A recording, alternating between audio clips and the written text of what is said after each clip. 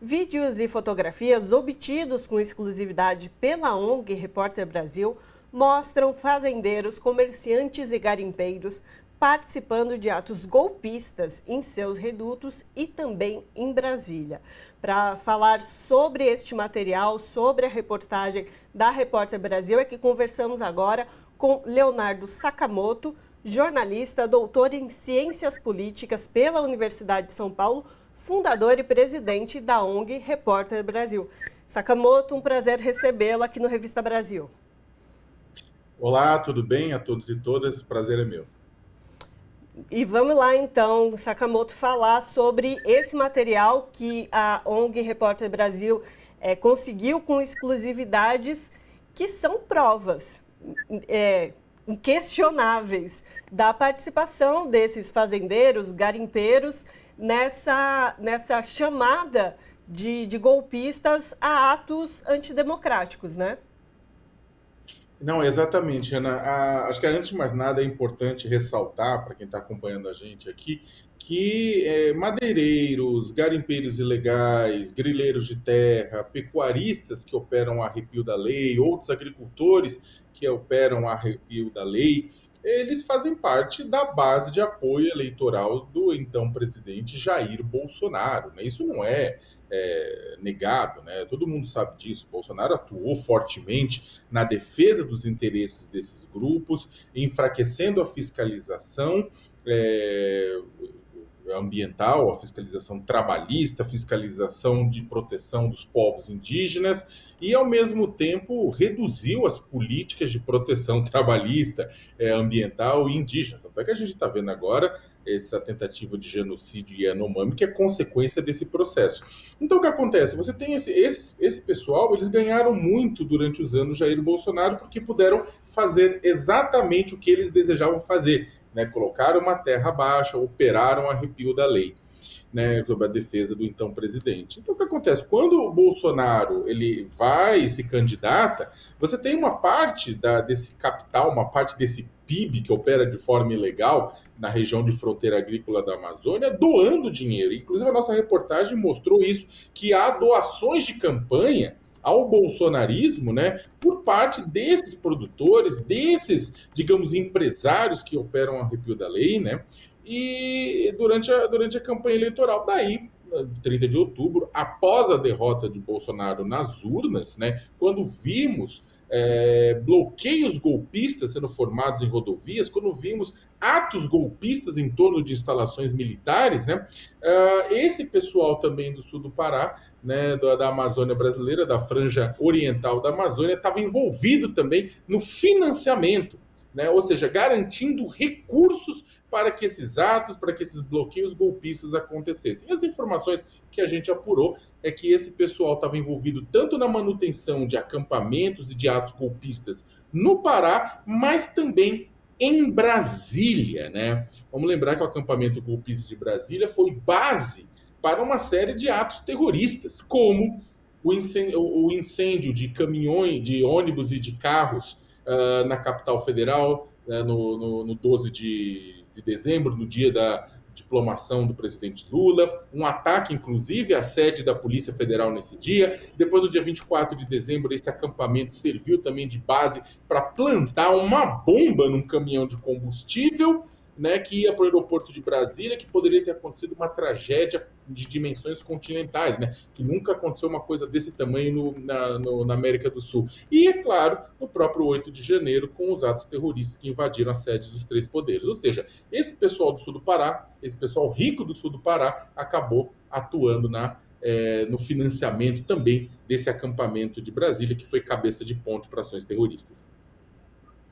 Sakamoto, essa liberdade que, por exemplo, esses empresários ricos e golpistas, como leva, né, ao título de um texto da Repórter Brasil, coloca ali, essa liberdade que eles acham, por exemplo, que tiveram, na verdade, que acham talvez que tem também ainda, a gente pode colocar que se deve a esse fato do governo de Jair Bolsonaro, já que eles foram muito protegidos ou, na verdade, não fiscalizados, né? Passaram mesmo, cometeram um monte de ilegalidades, não foram punidos. Agora também a gente já há um trabalho para a punição, mas a gente ainda fica na dúvida se realmente quem precisa ser punido vai ser punido, que é quem financiou. São esses empresários que não têm medo, por exemplo, de gravar vídeos nas redes sociais, mesmo após prisões. E aí, eles que foram muito ligados, né, e tinha esse discurso junto com os militares e com as Forças Armadas, agora colocam até, né, que falam em traição, né, deles. Queria que você comentasse, tem a ver com o governo Jair Bolsonaro e como que esse comportamento, por que, né, na verdade ele segue, mesmo diante desses acontecimentos, vendo que está tendo punição e todos os trabalhos depois. Então, Kaique, houve um processo de empoderamento, né, desses grupos que agiam ao arrepio da lei durante a gestão Jair Bolsonaro. Bolsonaro foi eleito em 2018 prometendo a esses grupos, né, que eles estariam livres exatamente das amarras da lei. Né? O Bolsonaro falava que o Estado dificultava o crescimento, dificultava a exploração econômica, condenava aquela região ao subdesenvolvimento e por isso iria libertá-las disso. Né?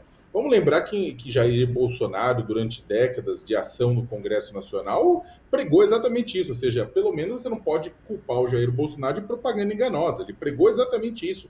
Ele pregava que indígenas eram animais em zoológico, que indígenas comiam capim, ele comparava e sentia inveja da cavalaria norte-americana que causou um genocídio indígena no século XIX por lá. Então, ou seja, temos uma série de evidências, né, que Jair Bolsonaro ele foi eleito com o apoio e o suporte desse pessoal, com o financiamento desse pessoal já em 2018. E aí, no poder, ele garantiu para esse pessoal uma liberdade nunca antes vista.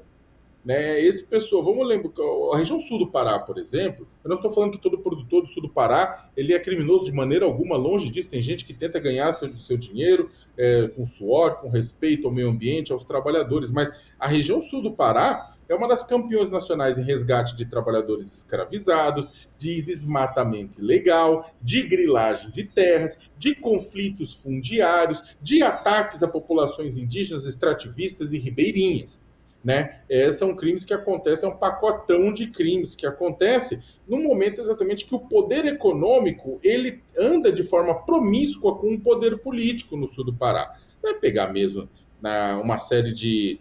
O que foi o massacre de Eldorado dos Carajás na década de 90, né, na curva do S, na rodovia PA 150, você também essa promiscuidade da força policial ser usada como jagunço de fazenda. Né? Então o que acontece? Você tem essa promiscuidade na região, só que o governo Jair Bolsonaro elevou isso à enésima potência. Você colocou o governo deixando claro, atacando as fiscalizações, como eu comentei há pouco, né? IBAMA, ICMBio, FUNAI, INCRA, fiscalização do trabalho, entre tantas outras, previdenciária, de receita, exatamente para quê? Para proteger essa base do seu governo que o elegeu e em nome de quem ele governava. Bolsonaro não governava em nome da população em geral, governava em nome dessa base da população. E ele deixou muito claro que o objetivo dele, ele falou isso em entrevistas quando assumiu o poder, era que o Brasil pudesse ser o que era na época da ditadura militar, sem as conquistas e os avanços obtidos pós-Constituição de 88, entre eles os mecanismos de controle e de fiscalização do Estado. Então ele remove esses processos de controle, dificulta a vida desses processos desse pessoal. Ao mesmo tempo, facilita a ação dessa galera ilegal. Né? Tivemos aí um salto no desmatamento ilegal, né, nos últimos anos, um salto em invasões de terras indígenas. Estamos falando das Yanomamis, mas a gente poderia estar falando também em outros casos do sul do Pará, ou dos Guajajara, dos Gavião no Maranhão, ou dos Guarani Kaiowá, né, no Mato Grosso do Sul, Munduruku, Caiapó, Pataxó, temos uma série de etnias que sofrem com todos esses impactos, né? Então, o que acontece? A gente tem uma situação que esse grupo que foi beneficiado, que pode fazer o que quis durante a gestão Jair Bolsonaro, ele saiu privilegiado, né? E aí saiu em defesa dos seus próprios interesses. Acho que é isso que é interessante. O pessoal, mas por que eles vão defender o Bolsonaro? Exatamente porque eles estavam defendendo seus próprios interesses. Só para terminar essa resposta, se você for ver a taxa de desmatamento na Amazônia ou a taxa de ataques a populações indígenas, você vai ver que em 2022 teve muito produtor rural, muito madeireiro, garimpeiro, que acelerou a destruição porque temia a derrota de Bolsonaro. Então queriam pilhar a Amazônia, pilhar o país, né, dessa forma para depois não ser pego. Então, o que acontece? Esse pessoal todo, tipo, viu que perdeu privilégios com a derrota de Bolsonaro, porque não é só porque é o Lula, qualquer semovente minimamente racional daria uma resposta diferente a todas essas questões do que estava dando o Bolsonaro, que foi cúmplice desse desmatamento e cúmplice desse genocídio. Então, o que acontece? Eles saem em defesa e vão financiar. Né? E aí é interessante que a nossa reportagem, inclusive, descobriu que um Pix ligado a uma loja de informática no sul e no sudeste do Pará era usado para captar dinheiro para os acampamentos golpistas no estado do Pará e em Brasília. E aí você tinha doações de pessoas que se reconheciam como garimpeiros, como pecuaristas, como todos os produtores rurais. Ou seja, era literalmente uma farra do boi para garantir a sustentação do ataque direto ao Estado Democrático de Direito. E você fala desse ataque ao Estado Democrático de Direito, Sakamoto, e você bem lembrou que ele não aconteceu só no dia 8 de janeiro, ele já vem numa sequência, né, de ataques, de ações antidemocráticas no processo eleitoral, após, no dia 12, na diplomação. São várias sequências dessas ações e, de fato, o que se espera agora é que se punam quem executou, quem são os mentores intelectuais dessas ações e quem financiou também, né? E eu acredito que essa matéria, essa reportagem que vocês fizeram e conseguiram acesso a essas informações, ela leva para esse caminho, né? De, inclusive, colaborar no processo de que sejam identificadas e que possam ser arrolados processos sobre as pessoas que financiaram e que também foram intelectualmente responsáveis, talvez não de forma física, mas tiveram sua responsabilidade quanto a esses atos. E, quiçá, também as pessoas que são políticos e pessoas, autoridades, vamos dizer assim, que estão ligadas a esses atos antidemocráticos também, né? Então, inclusive as operações, o conjunto de operações denominado Lesa Pátria, que vem sendo executados, né, pela Polícia Federal, né, a mando do Supremo, do Ministério Público, ele tem o objetivo exatamente de identificar quem são os financiadores, quem são os organizadores, quem são os fomentadores. Vamos lembrar que aquele pessoal todo que ocupou, depredou, invadiu, roubou o Palácio Planalto, o Supremo Tribunal Federal, o Congresso Nacional, eles tinham financiadores, né? Aquilo, quem pagou os ônibus, quem pagou a alimentação. Se você chegasse no acampamento golpista na frente do quartel-general do Exército em Brasília, você viu uma verdadeira cidade, tinha até barraca de massagem. Não é brincadeira, barraca de massagem. Né? Lá tinha serviços sendo oferecidos, era uma cidade. Quem bancava essa cidade? Quem bancava esse transporte? Quem bancava a alimentação? Afinal de contas, esse pessoal não estava trabalhando lá por estar lá. Quem bancava eles enquanto isso? Uma parte da resposta está nas evidências da série de matérias que a Repórter Brasil soltou. Você tem uma parte do agronegócio brasileiro, uma parte do agronegócio que opera de forma bandida, né? Que não apenas escravizava, desmatava, grilava, desrespeitava leis trabalhistas, né? Mas também financia golpe de Estado, ou seja, tem uma parte que está lá. Agora, isso é bem maior. Né? Por enquanto, foram presos quem? Foram presos uma parte das pessoas que estavam participando desses atos golpistas, né? Uma parte delas fugiu, porque no dia 8 de janeiro à noite, o ex-comandante do Exército Brasileiro, Júlio César Arruda, entre outros comandantes, impediram a Polícia Militar do Distrito Federal, sob o comando já da intervenção federal, sob o Ricardo Capelli, impediram que